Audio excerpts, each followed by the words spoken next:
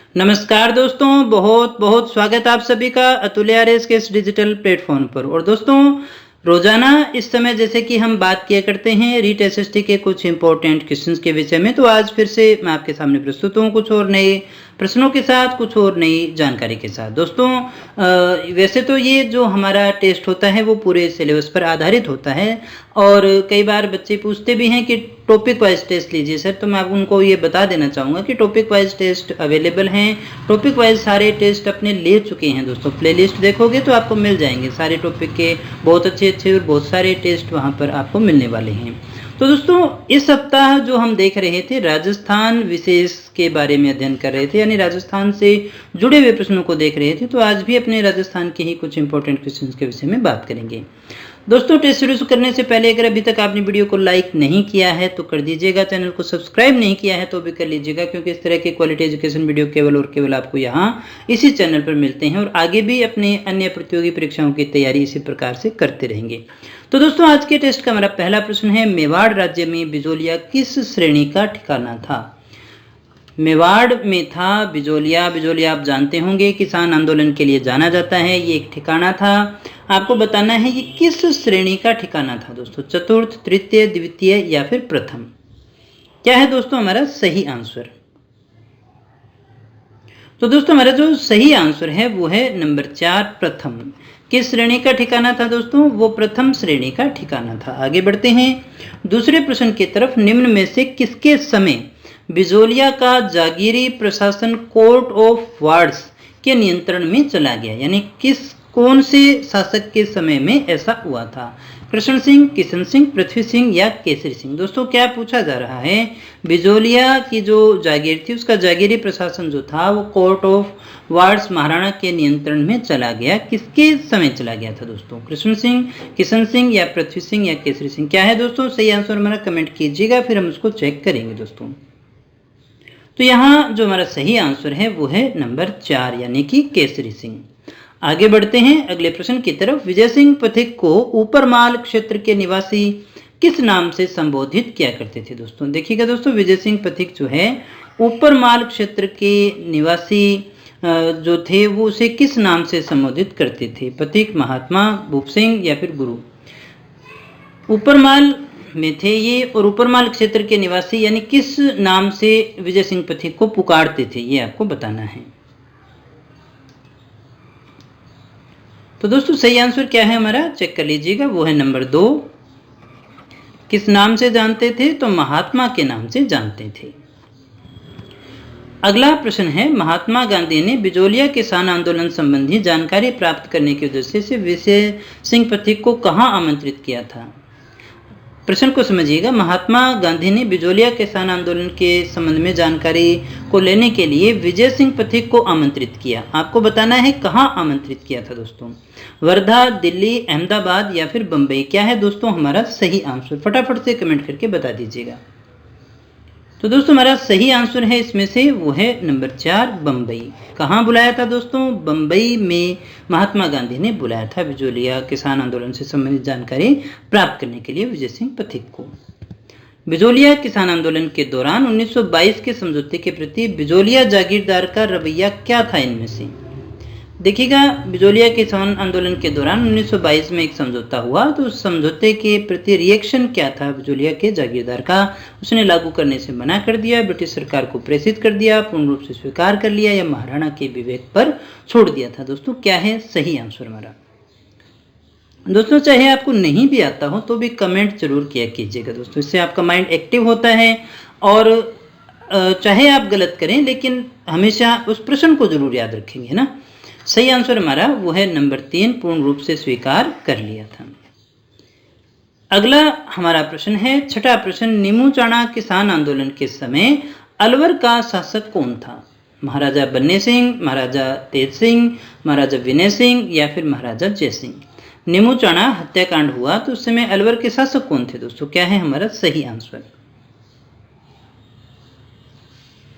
तो दोस्तों, सही आंसर हमारा वो है नंबर 4, कौन थे? महाराजा जय सिंह थे, जो कि नीमूचाणा हत्याकांड जब हुआ उस समय अलवर के शासक थे दोस्तों। अगला हमारा प्रश्न है, मेवाड़ भील कोर जो थी उसका मुख्यालय कहाँ पर था ये आपको बताना है। क्या वो खेरवाड़ा में था, कोटड़ा में था, कालीबास में था या फिर कुंभलगढ़ में था। मेवाड़ भीलकोर जो है उसका मुख्यालय कहाँ था। खेरवाड़ा, कोटड़ा, कालीबास या फिर कुंभलगढ़। क्या है दोस्तों हमारा सही आंसर।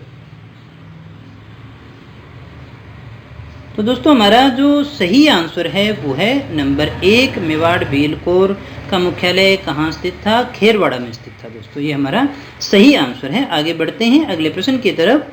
सीकर के कटराथल में 25 अप्रैल 1934 में किसके नेतृत्व में हजारों जाट महिलाओं ने किसान आंदोलन में भाग लिया था।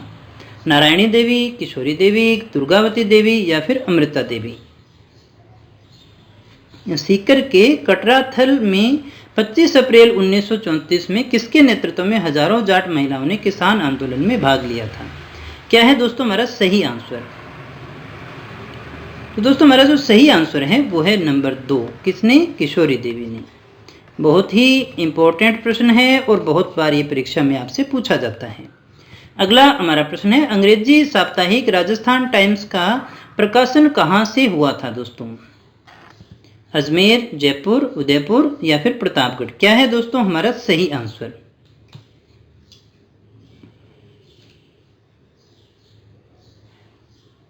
तो दोस्तों सही आंसर हमारा वो है नंबर 1, अजमेर। कहाँ से हुआ था दोस्तों, अजमेर से हुआ था। आगे बढ़ते हैं अगले प्रश्न की तरफ। निम्न में से कौन सी कविता सुनने के बाद उदयपुर महाराणा एडवर्ड सप्तम के राज्यारोहण समारोह में दिल्ली नहीं गए थे। रूठी रानी, सुल्तान, शैतान सुजस, चेतावनी चुंगटिया या फिर सांगलारी पीड़ा। देखिएगा क्या कहा, वो कविता जिसको सुनने के बाद उदयपुर महाराणा जो थे वो एडवर्ड सप्तम के राज्यारोहण समारोह में दिल्ली जा रहे थे लेकिन गए नहीं। उम्मीद करता हूँ सभी का सही होगा। सही आंसर हमारा चेतावनी चुंगटिया। तो इसको सुनने के बाद में महाराणा जो है उदयपुर के वो एडवर्ड सप्तम के राज्यारोहण समारोह में नहीं गए थे। राजपूताना मध्य भारत सभा का प्रथम अधिवेशन कहाँ पर हुआ था दोस्तों। अच्छा प्रश्न है, आपको बताना है राजपूताना मध्य भारत सभा जो है उसका प्रथम अधिवेशन जो हुआ वो कहाँ पर हुआ था दोस्तों।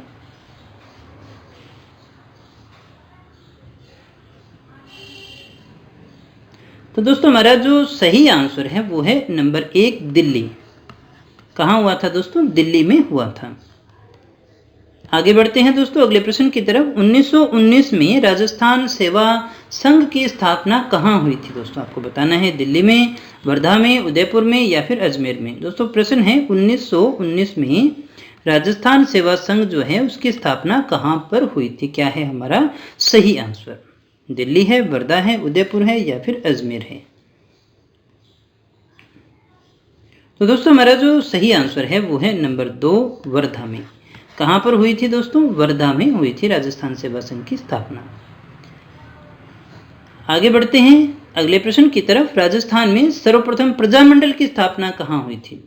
राजस्थान में प्रथम प्रजामंडल कौन सा था। जयपुर था, जोधपुर था, उदयपुर था, भरतपुर था। दोस्तों क्या है सही आंसर, फटाफट से कमेंट करके बता दीजिएगा। तो सही आंसर है दोस्तों हमारा वो है नंबर 1। सबसे पहले कौन सा प्रजामंडल बना था, तो सबसे पहले जयपुर प्रजामंडल की स्थापना हुई थी। संविधान निर्मात्री सभा में बीकानेर का प्रतिनिधित्व किसने किया था। के.एम. मुंशी ने, वी.टी. कृष्णमाचार्य ने, के.एम. पणिक्कर ने, सी.एस. वेंकटाचार्य ने। क्या है दोस्तों हमारा सही आंसर, फटाफट से कमेंट करके बता दीजिएगा।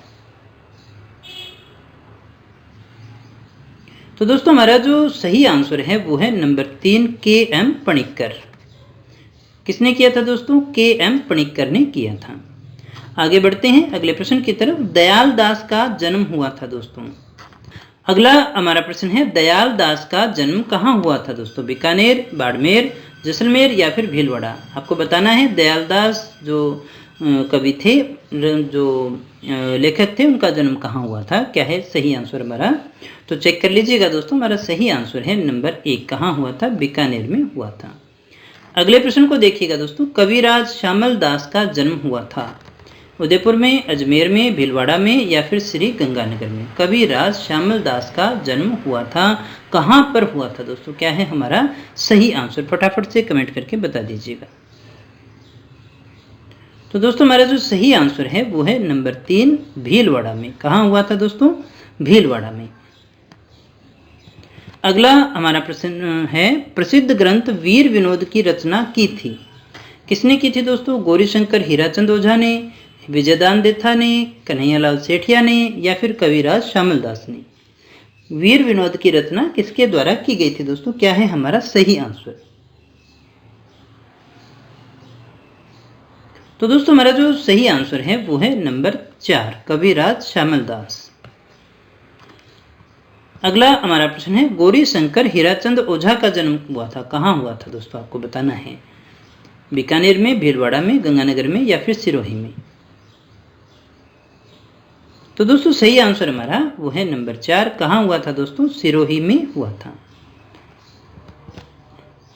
भारतीय प्राचीन लिपिमाला नामक ग्रंथ की रचना किसने की थी? कविराज श्यामल दास ने, दुर्सा आढ़ा ने, गौरीशंकर हीराचंद ओझा ने या फिर विजयदान देथा ने। भारतीय प्राचीन लिपिमाला नामक जो ग्रंथ है उसकी रचना किसने की थी दोस्तों? क्या है हमारा सही आंसर? तो दोस्तों हमारा जो सही आंसर है वो है नंबर 3, गौरीशंकर हीराचंद ओझा। निहालचंद किशनगढ़ के किस शासक का दरबारी चित्रकार था? सावंत सिंह, अनूप सिंह, सुरजन सिंह या फिर प्रताप सिंह। निहालचंद किशनगढ़ के किस शासक का दरबारी चित्रकार था? तो दोस्तों हमारा जो सही आंसर है वो है नंबर 1, सावंत सिंह। किसका था? सावंत सिंह का वो दरबारी चित्रकार था। वागड़ की मीरा किसे कहते हैं? बनो बेगम, अला जिलाबाई, मांगीबाई या फिर गबरीबाई। वागड़ की मीरा कौन थी दोस्तों? क्या है सही आंसर हमारा? फटाफट से बता दीजिएगा।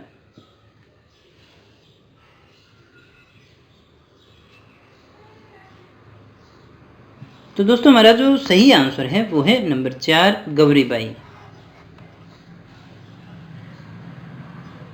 अगला हमारा प्रश्न है, किरतार बावनी के लेखक कौन थे? गिरधर, कर्णिदान, मुरारीदान या फिर दुर्सा आढ़ा।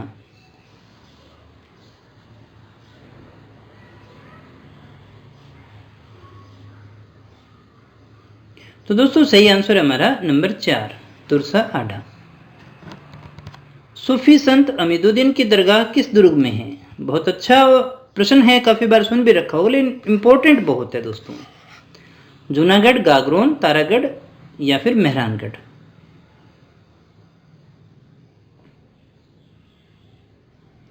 सही आंसर वो है नंबर 2, कहाँ है दोस्तों? गागरोन के किले में। राजपूत वास्तुकला का निम्न में से कौन सा स्मारक कछवाहा शासकों की प्राचीन राजधानी हुआ करता था? आमेर दुर्ग, जिंजी दुर्ग, सिकंदरा या फिर भद्रदुर्ग।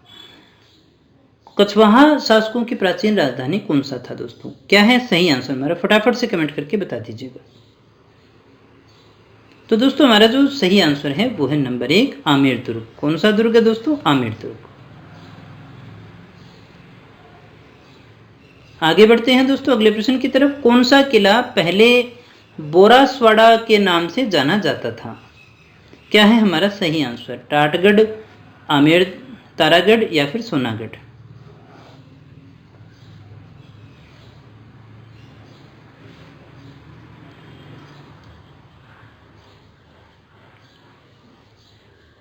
तो दोस्तों हमारा जो सही आंसर है वो है नंबर 1, टाटगढ़। कौन सा किला था जो बोरासवाड़ा के नाम से जाना जाता था? तो वो था टाटगढ़। आगे बढ़े अगले प्रश्न की तरफ। वह जिला जिसमें प्रसिद्ध भर्तृहरि का मेला लगता है? भरतपुर, दौसा, जयपुर या फिर अलवर। क्या है हमारा सही आंसर? तो दोस्तों हमारा जो सही आंसर है वो है नंबर 4, अलवर। कहाँ लगता है दोस्तों? अलवर में लगता है। आगे बढ़े अगले प्रश्न की तरफ। तेजा दशमी आती है श्रावण शुक्ल दशमी को, आश्विन शुक्ल दशमी को, भाद्र शुक्ल दशमी को या फिर कार्तिक कृष्ण दशमी को। क्या है दोस्तों हमारा सही आंसर? फटाफट से कमेंट करके बता दीजिएगा।